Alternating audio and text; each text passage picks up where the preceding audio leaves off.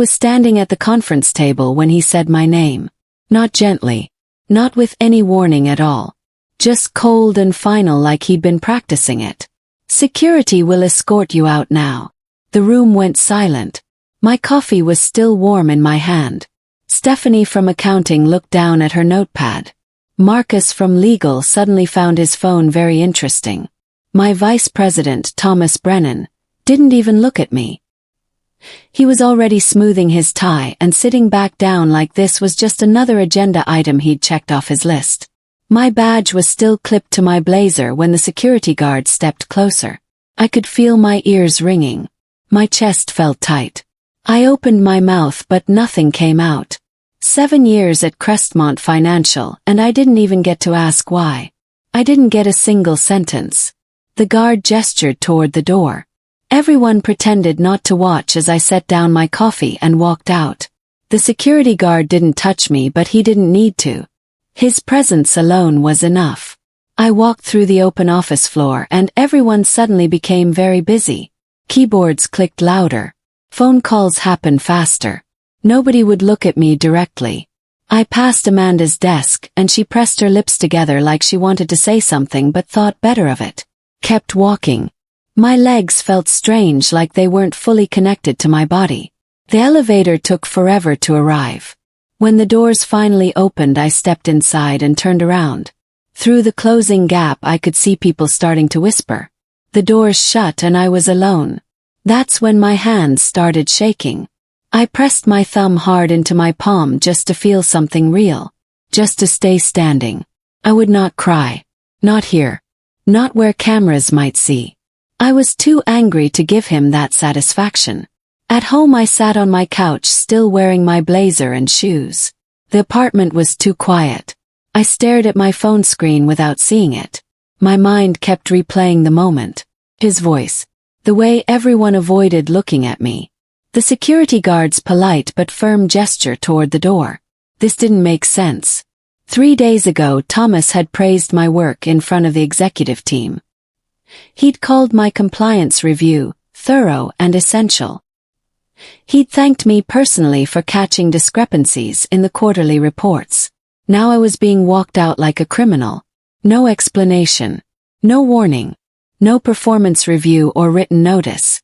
Just gone. I thought about calling someone, but who would I call? HR had been in that meeting. They'd watched it happen and said nothing. I looked at my laptop sitting on the coffee table. Maybe there was something I'd missed. Some reason that would make this make sense. I opened it with hands that still wouldn't stop shaking. My name is Evelyn Moore, and until this morning I was a senior compliance lead at Crestmont Financial. I'd been there for 7 years. I knew every policy and every procedure. I knew which managers cut corners and which ones played by the rules. I'd never had a single write-up. Never a performance warning. Never even a casual concern mentioned in passing. Last month I'd been given a raise. 2 months ago I'd been asked to lead the new regulatory review team. I was good at my job. Maybe too good. That's what scared me now as I sat staring at my laptop screen. Because this wasn't about my performance. This couldn't be. Thomas Brennan had personally approved my last 3 promotions. He'd told the board I was indispensable. So why would he suddenly have me removed like I was a threat? The answer hit me slowly. 'Cause maybe I was. I searched my email using one word. His name. Thomas Brennan. Hundreds of results came back, but I scrolled carefully. I was looking for something specific. Something that had bothered me weeks ago but I'd been told to ignore. Then I found it. An internal approval chain from 2 months back. It was about a partnership deal with an overseas investment group called Quantum Ventures International. I'd flagged it because the documentation seemed incomplete. The approval process had been rushed. Key compliance steps had been skipped. When I'd asked Thomas about it, he'd smiled and told me not to worry. He said it was handled at the executive level, and that I should let it go. Those exact words. Let it go. At the time I'd felt uneasy, but I'd trusted him. He was my VP. He'd been at Crestmont for 15 years. Now sitting on my couch unemployed, I understood. He hadn't wanted me to let it go because it was handled. He'd wanted me to let it go because it wasn't. I wasn't fired because I failed at my job. I was fired because I noticed something I wasn't supposed to see. And Thomas thought removing me would erase the problem. Men like him always think that. They believe if they eliminate the person who asks questions, then the questions disappear too. But evidence doesn't vanish just because the witness does. I sat back and stared at the email thread. My hands had finally stopped shaking. Now I just felt cold, focused. I'd spent 7 years making sure Crestmont followed the rules. I'd protected the company from regulatory violations and financial penalties. And the moment I got too close to something real, Thomas had thrown me away like I was disposable. I took a slow breath. If he thought firing me would make me go quietly, he'd made a serious mistake. I wasn't going anywhere. I didn't call HR. I didn't post anything on social media. I didn't text my friends or former coworkers asking what they'd heard. I just sat there on my couch, shoes still on, and read through every email I could legally access from my personal backup files. I'd always been careful about keeping records. It was part of my job. Any compliance officer worth their position keeps documentation. I had years of files organized by date and project, meeting notes, approval chains, audit reports, policy reviews. All of it legal. All of it mine. Anger makes people loud and reckless. But patience is something else entirely. Patience is dangerous because it doesn't announce itself. It just works quietly in the background, building something brick by brick until the structure is too solid to knock down. I opened a new folder on my desktop and named it simply Quantum. I started pulling everything I had that mentioned Quantum Ventures International. At first it didn't seem like much. A few emails about the initial partnership proposal. Some background research I'd done on their corporate structure. Notes from a meeting where Thomas had introduced the deal to senior management. But then I noticed something. The dates didn't line up. The partnership had been announced internally in June. But the approval emails I was reading were dated in April. 2 full months earlier. That meant Thomas had been working on this deal long before he'd brought it to the official channels. Pulled more files, approval forms, compliance checklists, risk assessments, every document I could find. And slowly a pattern started to appear. The kind of pattern that doesn't happen by accident. The kind that looks intentional when you know where to look. The same outside entity kept appearing in different deals. Quantum Ventures International. They'd been involved in 3 separate transactions over the past year. Each time the approval process had been rushed. Each time key documentation had been marked as pending or in review. Each time the final signatures had been added late at night outside normal business hours. And every single time Thomas Brennan had been the approving executive. I felt my stomach drop. This wasn't sloppy work. This wasn't an overworked VP cutting corners to meet deadlines. This was deliberate, systematic. I pulled up Quantum's corporate registration. Took some digging, but I found it. The company was registered in a country known for loose financial oversight. Their listed board members were names I didn't recognize. When I searched for their business address, it came back as a shared office space. A virtual location. This wasn't a real investment group. It was a shell company. I called an employment lawyer the next morning. Her name was Patricia Vance, and she came recommended by a friend who'd gone through a wrongful termination case last year. I explained what had happened. The sudden firing. The security escort. The lack of explanation. Patricia listened without interrupting. When I finished, she was quiet for a moment. Then she said, "You were fired to silence you." Her voice was calm but certain. She asked if I had documentation. I told her I did. She asked if I wanted to pursue severance. Said no. I paused. Most people just want the money and to move on. I looked at my laptop screen, still open to the Quantum files. "This isn't about money anymore," I said. Patricia was quiet again. Then she said, "Okay. Then we build a different kind of case." Patricia referred me to a regulatory attorney named Marcus Freeman.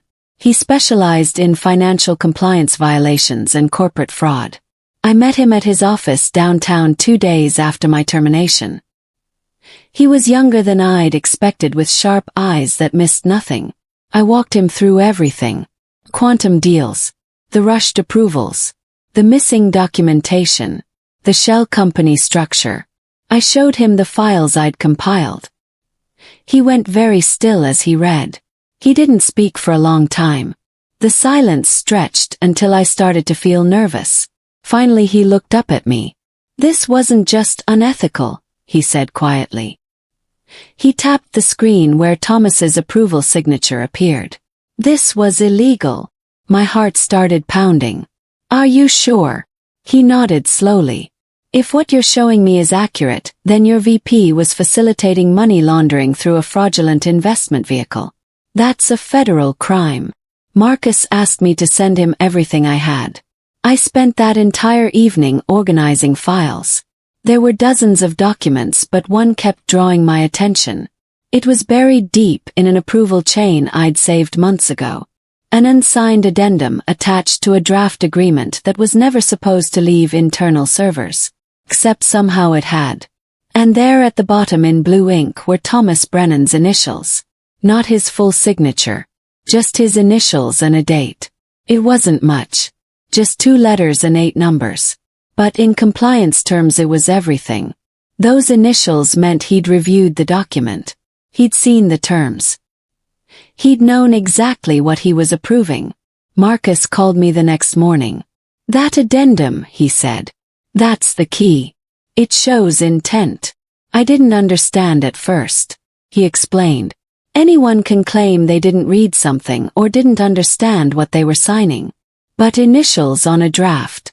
That shows deliberate review. It proves he knew. I heard through a former coworker that Thomas had been promoted.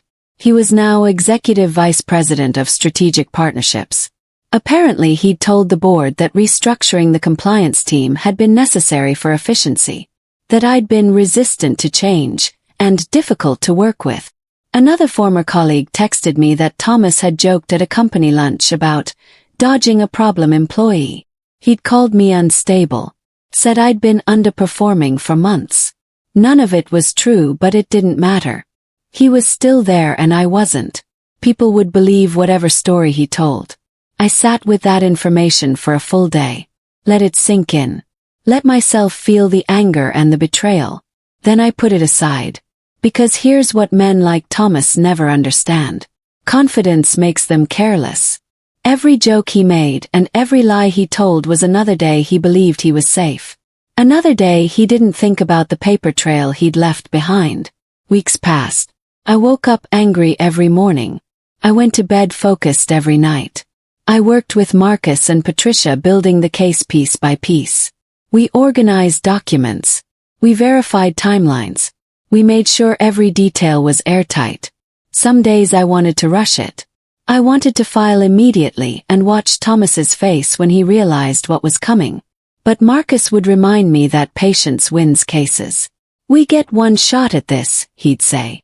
"We need to make it count." So I waited. Every day I didn't act was another day Thomas thought he'd gotten away with it.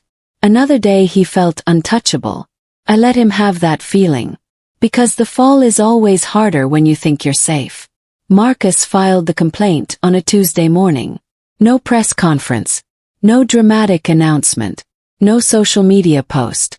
Just paperwork submitted to the proper regulatory authorities and the civil court. The most dangerous kind of action is the kind nobody sees coming. I wasn't named in the initial filing. The complaint was framed as a regulatory investigation into Crestmont's partnership practices. But attached to that complaint were exhibits, documents, email chains, approval forms, and one unsigned addendum with initials at the bottom. Marcus had been strategic about it. The filing was public record, but it would take a few days before anyone at Crestmont noticed. By the time they did, it would be too late to contain. I went to a coffee shop that afternoon and sat by the window watching people walk past. Felt strangely calm. The wheels were in motion now. There was no stopping what came next. 3 days after the filing my phone rang. Unknown number. I almost didn't answer. But something made me pick up. Evelyn. Thomas's voice. Friendly. Casual. Like we were old colleagues catching up. I heard you've been having some trouble since leaving Crestmont. I wanted to reach out. I didn't say anything. He continued. I know the separation was abrupt. These things happen in business. But I'd hate for there to be any hard feelings. Still I stayed quiet. Look, he said, and now I could hear the edge underneath the friendliness. I'm authorized to offer you a severance package. More than you would have gotten initially. Call it goodwill. I let the silence stretch. Then I said very calmly no. He paused. Evelyn, be reasonable. This is a generous offer. No, I repeated. The silence on his end was different now. I could almost hear him recalculating. You should think carefully about this, he said, and the friendly tone was completely gone. I'll think about it, I said. But my answer is still no. Hung up. Thomas received the formal deposition notice 2 days later. I know because Patricia called to tell me. He's lawyered up, she said. Good firm too. Expensive. I wasn't surprised. Men like Thomas always had good lawyers. But good lawyers can't fix bad facts. According to Patricia, his initial response had been dismissive. He'd apparently told his attorney this was a disgruntled former employee making baseless accusations. But then his lawyer had actually read the complaint, had seen the evidence, had reviewed the exhibits, and his tone had changed completely. Within 24 hours, Thomas's attorney reached out to Patricia. Suddenly Thomas wanted to clear up any misunderstandings. Suddenly he was happy to cooperate with any inquiry. Suddenly I was a valued former colleague who'd clearly been misinformed. Patricia laughed when she told me this. He's scared, she said. Good, I replied. A former partner at Crestmont reached out to Marcus. His name was Donald Pierce and he'd left the company 6 months earlier. He asked for a confidential meeting. Marcus agreed. Donald showed up nervous and sweating through his shirt. He brought a laptop bag stuffed with printed emails. I should have said something earlier, Donald told us. But I was afraid of losing my pension. He'd been copied on several of the quantum approval chains. He'd raised concerns internally about the speed of the deals and the lack of proper documentation. Thomas had told him the same thing he'd told me. Let it go. Executive level. Handled. Donald had been quietly pushed out 3 months later. Early retirement, they'd called it. Now he wanted immunity in exchange for testimony. Marcus handled the negotiation. I just watched Donald's hands shake as he slid folder after folder across the table. The wall around Thomas was cracking. Crestmont's board placed Thomas on administrative leave pending an internal investigation. The announcement came through a brief company-wide email. Effective immediately, Thomas Brennan will be stepping back from his duties while the company conducts a thorough review of certain business practices. No details. No explanation. Just enough to let everyone know something was wrong. The office went quiet according to my former coworkers who still texted me updates. People started remembering things. The rushed approvals. The late-night signatures. The projects that had seemed strange at the time but nobody had questioned. Suddenly, everyone had a story about something that hadn't felt right.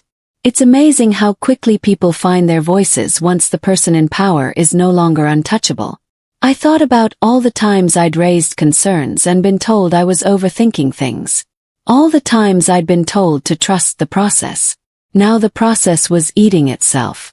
The night before my deposition, I couldn't sleep. I lay in bed staring at the ceiling and going over everything in my mind.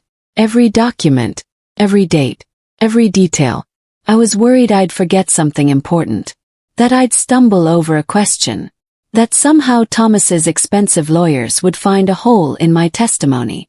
3 a.m. I got up and made tea. I sat at my kitchen table and opened my laptop one more time. I pulled up the addendum. The one with Thomas's initials. I zoomed in on those 2 blue letters until they filled my screen. B. Thomas Brennan. I whispered to the empty apartment. Don't fail me now. The document just sat there glowing in the dark. But it was enough. Because unlike people, documents don't lie. They don't forget. They don't change their story under pressure. That addendum was the truth, and the truth doesn't fail. The courtroom was smaller than I'd expected. Thomas took the stand first. He looked confident in an expensive navy suit. His lawyer had prepared him well. He answered every question calmly. He denied knowledge of any improper deals. He claimed the quantum partnerships had been fully vetted. He said he'd relied on his team to handle the compliance details. When asked about my termination, he said it had been a difficult but necessary business decision. Ms. Moore was a valued employee, he said with practiced sympathy. But she'd become resistant to the changes we needed to make. It wasn't personal. His lawyer nodded along approvingly. The judge took notes. Thomas looked relaxed. Then he glanced toward the gallery and saw me sitting in the second row. Something in his face changed. Just for a second. Just long enough for me to see the crack in his confidence. Then he looked away. My attorney stood. "I'd like to introduce Exhibit J," she said. The bailiff handed a document to the judge. I watched Thomas's lawyer lean forward to see what it was. His pen stopped moving. Thomas went very still. "This is an addendum to the initial Quantum Ventures partnership agreement," my attorney continued. "Dated April 15th. It outlines financial terms that differ significantly from what was reported to the board." The judge read slowly. My attorney waited. "Mr. Brennan, do you recognize this document?" Thomas opened his mouth.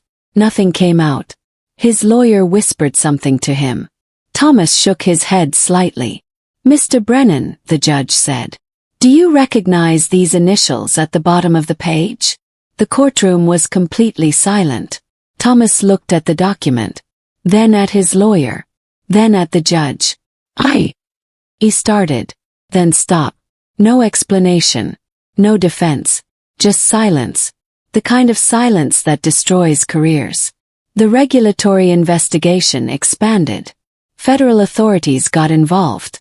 Crestmont's board hired an outside firm to audit every partnership deal Thomas had approved in the past 3 years. Thomas resigned before he could be fired. The company released a statement distancing themselves from his actions. Crestmont Financial maintains the highest standards of compliance and ethics. The actions of one individual do not reflect our institutional values. I read the statement on my phone while sitting in Patricia's office. She was reviewing settlement terms. Crestmont wanted to avoid a prolonged legal battle. They were offering a significant financial settlement and a public acknowledgement that my termination had been unjust. "You won," Patricia said. "Thought about that. Had I won? Thomas was gone, but he wasn't in prison. Crestmont was paying me, but they were also protecting themselves. The truth was out, but only partially. Still, I signed the settlement, because this had never been about total destruction. It had been about making sure the truth couldn't be buried." I ran into Thomas 6 months later in downtown. He was walking out of a coffee shop. I was walking in. We both stopped. For a moment neither of us said anything. He looked older, thinner. The confidence was gone. "Evelyn," he finally said. I just looked at him. I wanted to say. He trailed off. What could he say? "Sorry I tried to bury evidence of fraud. Sorry I had you fired to cover my crimes. Sorry I called you unstable to protect myself. I hope you're doing well," he said finally. It was such an empty thing to say. I nodded once. Then I walked past him into the coffee shop. I didn't look back. Later I heard he'd taken a consulting position in another state. Much smaller company. Much smaller title. The man who'd called me a problem employee couldn't even work in the same city anymore. I didn't feel triumphant. I just felt tired. Done. I didn't go back to Crestmont Financial. They'd offered me my position back with a promotion. I declined. Some places you can't return to once you've seen what they really are. Instead I started consulting independently. Small firms mostly. Companies that wanted to build better compliance systems. Companies that understood prevention was cheaper than crisis management. I helped them create policies that protected whistleblowers instead of silencing them. I taught them how to spot the warning signs of fraud before it became a federal case. The work was good, meaningful, and I controlled my own schedule for once. Last month I got an email from a young compliance officer at a mid-sized firm. She'd read about my case.